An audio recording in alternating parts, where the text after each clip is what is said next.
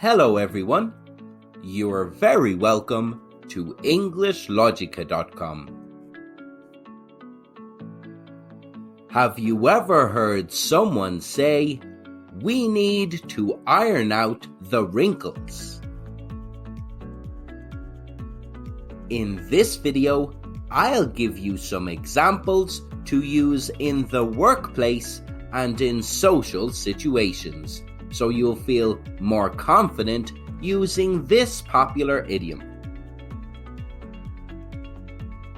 This idiom refers to easing or solving any difficulties that are holding up completion of a project or keeping it from being considered perfect. To iron something out means to remove it, and the wrinkles are problematic details. So this idiom can mean to remove any problematic details. So, let's say you are part of a team working on a project for 2 months. You can see the light at the end of the tunnel after a long, hard couple of months. Your manager calls for a report on the project and you explain, "We're nearly at the end. I can present it to everyone this Friday. We just have some cleaning up to do. Nothing major, just need to iron out some wrinkles and we'll be ready to go." Here are some examples you might hear in social situations. I wrote a memoir about my life. I'm not letting anyone read it until I iron out all the wrinkles in terms of grammar.